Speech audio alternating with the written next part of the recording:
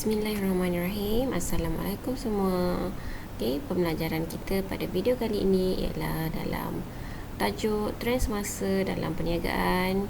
Tapi fokus kita pada video kali ini ialah tajuk 2.25, trend guna tenaga, pendapatan dan pertumbuhan ekonomi. Okey, sebelum kita mulakan kelas kita pada hari ini, dalam video kali ini, okey, mari kita lihat dulu apakah objektif yang saya nak capai pada video kali ini.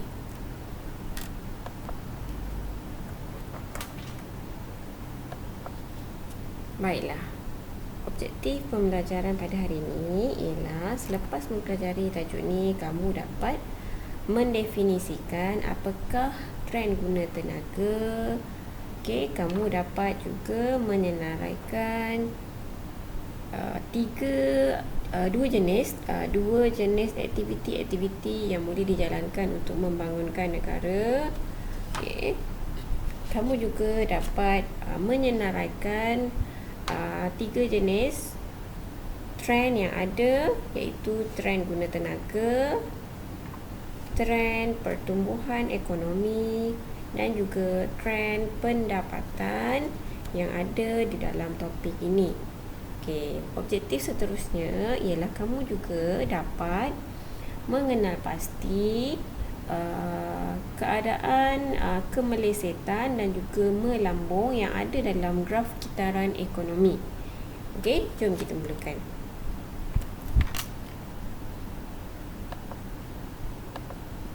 Okey, trend persekitaran perniagaan. Okey, 2.25, trend guna tenaga, pendapatan dan pertumbuhan ekonomi. Okey, trend guna tenaga. Apakah definisi guna tenaga? Pekerja yang menyumbang tenaga fizikal dan mental dalam sesuatu pekerjaan. Okey, itu adalah definisi guna tenaga.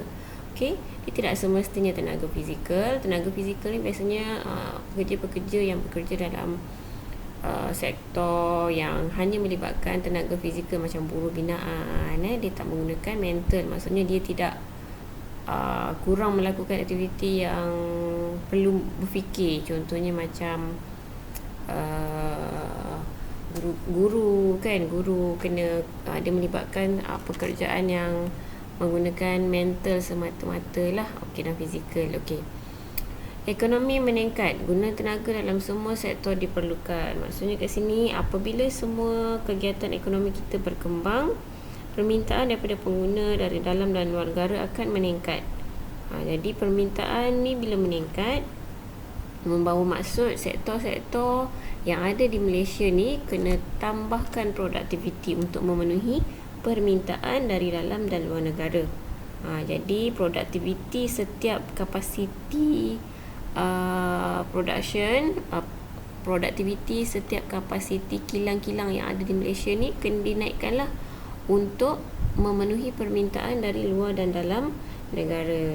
Itu maksudnya guna tenaga dalam semua sektor meningkat apabila ekonomi kita meningkat. Okey, maksudnya kat sini yang lebih mudah lah, sekiranya ramai orang banyak duit, kerajaan bagi bantuan prihatin nasional, contohnya ramai orang banyak duit ni pada waktu ni, jadi diorang ni mestilah nak shopping, jadi banyak barang yang diorang nak beli. Jadi kilang-kilang ni akan tambah pengeluaran dia. Bila kilang-kilang tambah pengeluaran untuk sediakan barang supaya yang nak shopping ni tadi dapat beli barang-barang. Jadi macam mana dia nak tambahkan unit pengeluaran dia? Dia akan kerahlah pekerja-pekerja dia untuk kerja lebih masa supaya dapat keluarkan produktiviti yang meningkat ni tadi lebih banyak, dengan lebih banyak. Okey, itu maksudnya. Okey, seterusnya trend guna tenaga ada dua, pembangunan negara dan perubahan dalam guna tenaga. Okey, yang ni kalau dalam buku teks kamu boleh rujuk muka surat 93. Okey, pembangunan negara. Okey, pembangunan negara. Sekiranya negara kita semakin maju, kalau dulu contohnya selepas zaman merdeka, negara kita fokus aktiviti ekonomi kegiatannya adalah dalam bidang pertanian ataupun sektor utama, sektor pertama. Okey, Dan seiring dengan kemajuan ekonomi, kemajuan pembangunan negara, sekarang ni negara kita lebih fokus kepada sektor ketiga, iaitu perkhidmatan. Itu maksudnya apa yang ada dalam slide saya ini, dia tulis perubahan dalam guna tenaga membawa maksud. Dulu guna tenaga yang diperlukan adalah dari sudut pekerja yang boleh melakukan aktiviti pertanian. Namun seiring dengan pembangunan negara, sekarang ni guna tenaga yang lebih diperlukan dalam sektor ketiga ialah pekerja-pekerja yang lebih berkemahiran, yang lebih berkemahiran untuk bercakap. Kurang lah, maksudnya kat sini negara kita kurang memerlukan pekerja-pekerja yang boleh melakukan aktiviti-aktiviti pertanian, kerana sekarang ni kurang dah kebergantungan negara kita dalam sektor utama ataupun sektor pertama. Itu yang membawa maksud perubahan dalam pembangunan negara, menyebabkan perubahan dalam cara negara kita menggunakan tenaga. Selain daripada aspek pekerja, perkembangan teknologi yang digunakan dalam aktiviti pertanian menyebabkan lebih sedikit bilangan petani-petani yang diperlukan dekat dalam satu-satu kawasan pertanian. Contohnya, fungsi-fungsi mereka ni telah digantikan dengan alat-alat yang telah dibangunkan lah. Contohnya macam kalau awak tengok dekat dalam buku teks muka surat 93, kalau dulu petani-petani menanam padi dengan cara manual, tapi dengan adanya bajak yang dapat melakukan aktiviti-aktiviti dengan lebih cepat, kurang tenaga kerja yang diperlukan dekat sawah bendang ni. Okey, perubahan dalam teknologi ni tadi akan menyebabkan berlakunya kurang pekerja yang diperlukan lah. Okey, seterusnya kita tengok trend pendapatan. Okey, trend pendapatan ni adalah untuk memenuhi peningkatan permintaan barang dalam pasaran, perniagaan akan meningkatkan pengeluaran barang. Perniagaan akan memperoleh peningkatan pendapatan melalui peningkatan hasil jualan. Maksudnya kat sini, sekiranya jualan meningkat, bermaksud pendapatan perniagaan kita pun akan meningkat. Sekiranya jualan kita menurun, pendapatan kita pun berkurang ataupun mungkin mengalami kerugian. Okey, macam mana nak kira untung? Untung sama dengan hasil jualan yang kita terima. Hasil jualan tu tak tolak lagi tau semua kos-kos kita. Kos apa? Kos bahan mentah, kos upah, bil utility dan juga kos-kos lain yang terlibat semasa kita nak hasilkan barang kita. Okey, kita tak tolak lagi. Jadi hasil jualan ni adalah harga jualan kita darab dengan hasil jualan kita ada berapa banyak, darab dengan harga jualan. Itulah hasil jualan kita. Kita tak tolak lagi dengan kos-kos lain. Jadi kita nak tahu berapa banyak untung kita. Untung sama dengan hasil jualan kita tolak dengan kos kita. Okey, kita tahulah itu berapa untung kita. Contoh, kos kita nak mengeluarkan satu biji kek ialah RM30. Kita jual kek tu dengan harga RM50. Kita dapat jual berapa? Kita dapat jual hari ni 2. Jadi hasil jualan kita 2 unit kek darab dengan harga jualan kita RM50. So hasil jualan kita ialah 100. Okey, tetapi kos kita berapa? Kos kita untuk keluarkan 2 biji kek tu ialah RM30. Kos tepung, kos gaji, kos bil air, bil elektrik yang kita gunakan untuk menghasilkan 2 biji kek tu adalah RM30. Jadi 100 tolak dengan RM30. Jadi untung kita ialah RM70. Okey. Untungan perniagaan ini diperoleh dari hasil sewa, dividen, pelaburan dan juga faedah simpanan. Ini adalah contoh-contoh hasil perniagaan yang lain selain hasil jualan kek kita tadi.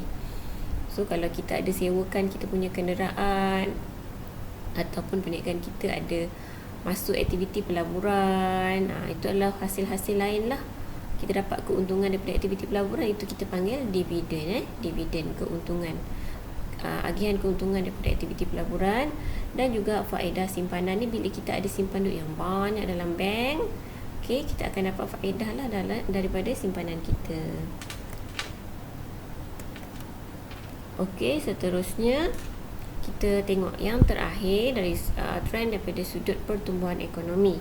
Okey, pertumbuhan ekonomi menyebabkan perniagaan kita berkembang dengan pesat. Jadi pertumbuhan ekonomi ni bagus. Okey. Apabila ekonomi berkembang dengan pesat, waktu itu permintaan meningkat. Jadi bila permintaan meningkat, hasil kita meningkat, maka keuntungan perniagaan kita pun akan meningkat. Bila keuntungan kita tinggi, kita setiap perniagaan memang ada kena bayar cukai syarikat dan cukai keuntungan kan. Jadi bila keuntungan semua perniagaan meningkat, cukai yang perlu dibayar kepada kerajaan pun meningkatlah.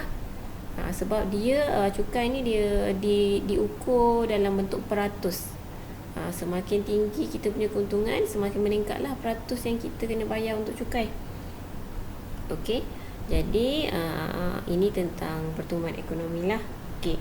Apa yang penting dalam tajuk ni, yang pertumbuhan ekonomi ni ialah, okey, kamu tengok yang dekat muka surat 96 ada graf kitaran ekonomi. Okey, dalam graf kitaran ekonomi ni ada dua fasa. Fasa satu ialah fasa kemelesetan, dia ke bawah macam ni, ke bawah. Okey, bila dia mula naik macam ni, dia naik. Okey, dia adalah fasa melambung. Okey, fasa yang bagus ialah fasa melambung lah. Okey, dalam fasa kemelesetan ni, apa yang berlaku? Penduduk tidak mempunyai wang ataupun pekerja tak ada pendapatan untuk membeli barang dan perkhidmatan. Jadi aktiviti ekonomi waktu ni pun tak rancak lah. Sebab penduduk ataupun rakyat tak ada duit nak beli barang-barang. Okey, kadar pengangguran meningkat. Okey, jadi perniagaan pun akan mengalami fasa menurun. Okey, trend menurun pada waktu ni sebab tak laku dia orang punya barang, sebab orang-orang semua tak ada duit, penduduk tak ada duit nak membeli. Okey. Okey, itu fasa kemelesetan. Okey, dalam fasa yang kedua pula, pada fasa ni perniagaan dah tambah pengeluaran barang dan perkhidmatan kerana permintaan produk yang semakin meningkat. Okey, apakah yang menyebabkan permintaan meningkat? Pada waktu ni mungkin kuasa beli pengguna tinggi. Ramai orang dah ada kerja. Kalau dekat sini kan ramai orang menganggur. Ramai orang dah ada kerja. Bila dia orang ada kerja, dia orang ada pendapatan, ada duit untuk membuat permintaan barang. Okey, jadi bila ada permintaan barang, pengeluaran barang pun akan meningkat. Peniaga semua memerlukan pekerja. Jadi yang menganggur tadi boleh bekerja. Okey.